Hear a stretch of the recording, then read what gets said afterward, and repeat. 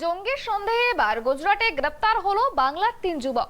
ধৃতদের মধ্যে ২ জন পূর্ব বর্ধমান ও একজন তারকেশ্বরের বাসিন্দা বলেই জানা গিয়েছে।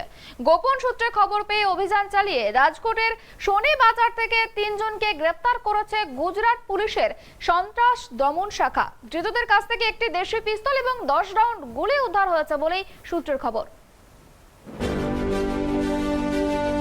আল কায়দা জঙ্গি সন্দেহে এবার গুজরাটে গ্রেপ্তার বাংলার ৩ যুবক। ধৃতদের মধ্যে দুজনের বাড়ি পূর্ব বর্ধমানে। ধৃত অপর এক যুবক হুগলি তারকেশ্বরের বাসিন্দা। ধৃতদের নাম শুকুর আলী, আমান মালিক ও সৈয়ফ নওয়াজ। গোপন সূত্রে খবর পেয়ে রাজকোটের শনি বাজার থেকে ৩ জনকে গ্রেপ্তার করেছে গুজরাট পুলিশের সন্ত্রাস দমন শাখা।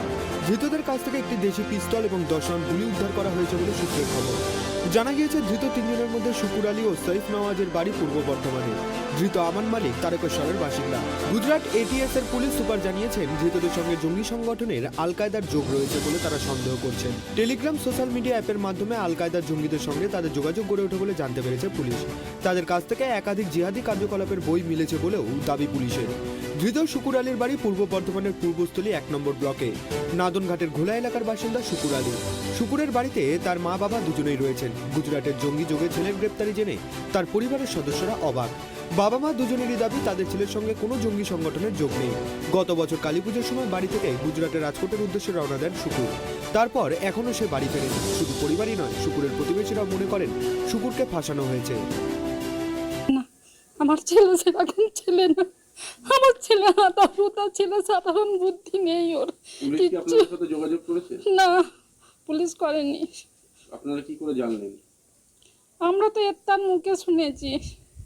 এমনি ওখান থেকে কোনো যোগাযোগ? হ্যাঁ, এখানকার স্থানীয় পুলিশও কি যোগাযোগ করেছে? আজকে এসেছিল। এই তো একটু কি আগে। কি বললো সেখানে? কি জিজ্ঞাসা করলো? এমনি সব ওর ঠিকানা পত্র এই সবগুলো নিয়ে গেল। এসেছিল কবে ও ছেলে আপনার বাড়ি? ওই তো আগে যে বকরিদটা হয়েছিল গত বছরে, ওই বকরিদে ছিল, দিয়ে বকরিদের ৩ মাস পর গেল। তাও যাবে না। কি মনে হচ্ছে এই বিষয়ে?